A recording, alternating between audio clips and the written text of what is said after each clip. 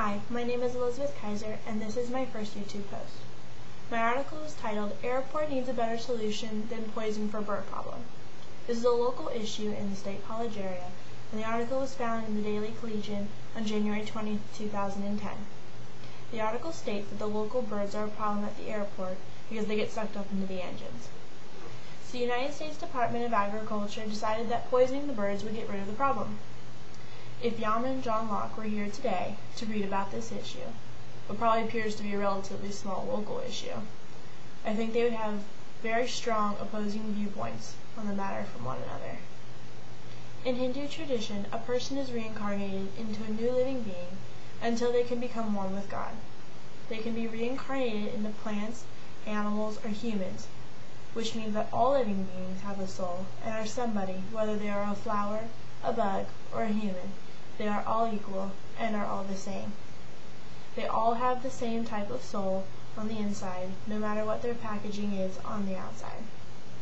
So Yama would say, by killing the birds, we are not taking the good path, but the path of pleasure. We are killing animals purely for our transportation pleasures.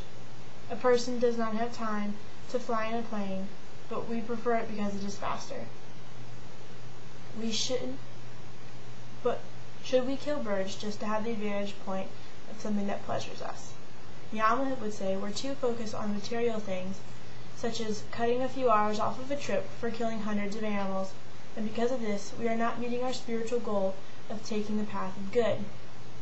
John Locke, on the other hand, would probably laugh at Yama.